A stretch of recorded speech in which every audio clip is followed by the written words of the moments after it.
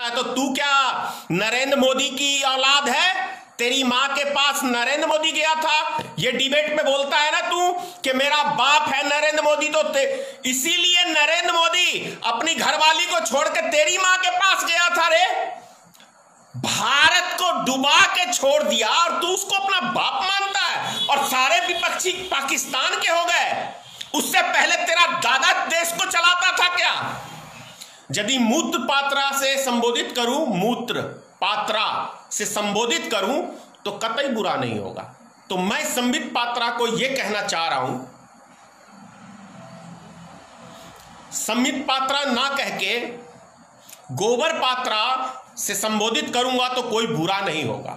देश का प्रधानमंत्री देश को लूट के अपने बापों को दे दिया है। उद्योगपति बाप है नरेंद्र मोदी के, उन बापों को नरेंद्र मोदी ने देश बेच के दे दिया है। शर्म नहीं आता है तुम लोग को? और तेरे बाप नरेंद्र मोदी ने 7 साल में पूरे देश को बेचा है, यह हकीकत है। सुन रहे गोबर पात्रा, और सुनो रे आरएसएस के दल्लो, मरवा दोगे मुझे परवाह नहीं है, मरना तो साला 2 दिन में आज 4 दिन बाद है, लेकिन देश की जनता को फिर जन्म लूंगा और तुम जैसे साले नालायक हरामियों को सुधारूंगा। जय माता की मित्रों, मैं धनेश्वर महतो। मित्रों, जो शब्द इस्तेमाल करने जा रहा हूं कतई भी सही नहीं है, लेकिन क्या करूं, मजबूरी है। मजबूरी है। मजबूरी यूं है कि कांग्रेस के प्रवक्ता राजीव त्यागी जी, संबित पात्रा के डिबेट, उनके साथ डिबेट आज तक चैनल पे था, और उसके बाद जो उनको अब शब्द की भाषा किसी भी व्यक्ति के खिलाफ संबित पात्रा को जैसे ठेकेदारी मिल गया है कि किसी भी व्यक्ति को डिबेट के अंदर किसी भी नाम से संबोधित करना, यह उसकी फितरत में बन गया है। तो मैं संबित पात्रा को यह कहना चाह रहा हूं, संबित पात्रा ना कह के गोबर पात्रा से संबोधित करूंगा तो कोई बुरा नहीं होगा। यदि मूत्र पात्रा से संबोधित करूं, मूत्र पात्रा से संबोधित करूं तो कतई बुरा नहीं होगा। क्यों नहीं होगा? क्योंकि जो व्यक्ति दूसरों को सम्मान नहीं दे सकता वो किसी भी एंगल से खुद सम्मान के योग्य नहीं होता है। एक राष्ट्रीय प्रवक्ता का अपमान दूसरा राष्ट्रीय प्रवक्ता करे, डिबेट होनी चाहिए, होनी चाहिए, डिबेट हर मुद्दे पे होनी चाहिए, लेकिन किसी को सीमा पार करके बोलने की छूट नहीं होनी चाहिए। एक राष्ट्रीय प्रवक्ता होने के नाते किसी भी प्रवक्ता को वो जयचंद की औलाद बता देता है, पाकिस्तान की औलाद बता देता है, तो तू क्या नरेंद्र मोदी की औलाद है? तेरी माँ के पास नरेंद्र मोदी गया था, ये डिबेट में बोलता है ना तू कि मेरा बाप है नरेंद्र मोदी, तो इसीलिए नरेंद्र मोदी अपनी घरवाली को छोड़ के तेरी माँ के पास गया था रे। बेहुदा गोबर पात्रा, तेरे जैसे प्रवक्ता को रोड पे दौड़ा दौड़ा के जूते से मारना चाहिए, जूते से, और जब तक नहीं मारना बंद नहीं करना चाहिए जब तक तेरी लैंग्वेज सुधार ना जाए और तुझे सम्मान की भाषा ना आए। किस गधे के बच्चे ने तेरे जैसे गधे को राष्ट्रीय प्रवक्ता बनाया? वैसे तो भारतीय जनता पार्टी में गधों की एक फौज सी है, पूरे देश की ऐसी तैसी करके छोड़ दिया नरेंद्र मोदी ने, और उसको अपना तू बाप मानता है। भारत को डुबा के छोड़ दिया और तू उसको अपना बाप मानता है, और सारे विपक्षी पाकिस्तान के हो गए। उससे पहले तेरा दादा देश को चलाता था क्या? 7 साल में आ गया तो ये 7वां साल है ना मोदी का। क्या चीज? घंटी बजाया, घंटा बजाया, थाली बजवाया, क्या हासिल किया? दुनिया का नंबर 2 स्थान है अभी कोरोना वायरस में।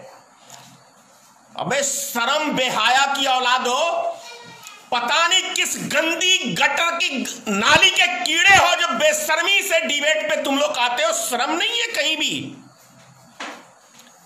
ऐसा लगता कि भारतीय जनता पार्टी का मतलब है एक बेशर्मों की पार्टी, नीचे से ऊपर चोर उचक्के बलात्कारियों की फौज, देश लुटेरों की फौज। देश का प्रधानमंत्री देश को लूट के अपने बापों को दे दिया है। उद्योगपति बाप है नरेंद्र मोदी के, उन बापों को नरेंद्र मोदी ने देश बेच के दे दिया। शर्म नहीं आता है तुम लोग को?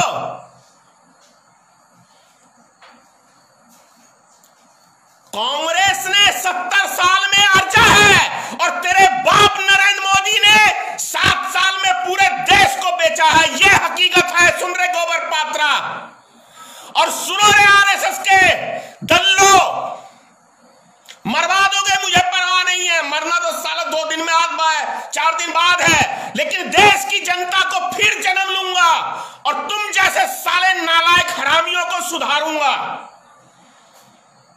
इसीलिए राजनीतिक दल बनाया हूं।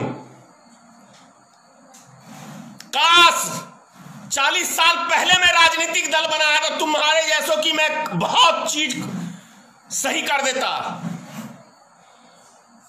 लेकिन देर ही सही दुरुस्त आया हूं राजनीतिक में। तुम जैसे हरामियों को सुधारने के लिए आया हूं।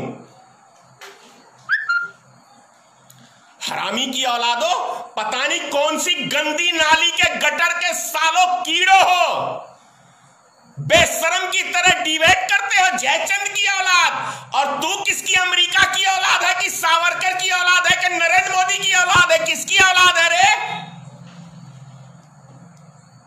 किसकी औलाद है तू? तेरे को अपने बाप का नाम पता है? जाके अपनी मां से पूछ, कहीं सही में नरेंद्र मोदी के पास तो नहीं गई तेरी मां? इसीलिए इतनी बदतमीजी से उसके खिलाफ कुछ सुनना नहीं चाहता। प्रवक्ता होने का यह मतलब नहीं है कि तू किसी की उतारता रहे और तू बचता रहे। काश मैं होता उसकी जगह ना तो तेरा कनपट्टा लाल कर देता, वहीं पे डिबेट छोड़ के भागता तुम। अरे बुढ़ापे में बहुत है अभी जान। तेरे जैसे हरामियों को मैंने पता नहीं कितनों को सालों को सुधारा है। हरामी की औलाद, तमीज नाम की चीज नहीं यार। डिबेट पे ये साले दल्ले, आज तक वाले, एबीपी न्यूज वाले और ये न्यूज 18 वाले, रिपब्लिक भारत वाले, ये साले सारे भाजपा का चैनल है ना, तुम्हारे बाप का चैनल खोल के बैठा हुआ। इसलिए जो कुत्ते की तरह चंद रुपए सालों प्रवक्ताओं और ये एंकरों 2 रुपए पे साले अपनी ईमान को बेचते हो, देश को बेचते हो, और कोई काम धंधा नहीं है भड़ुओ।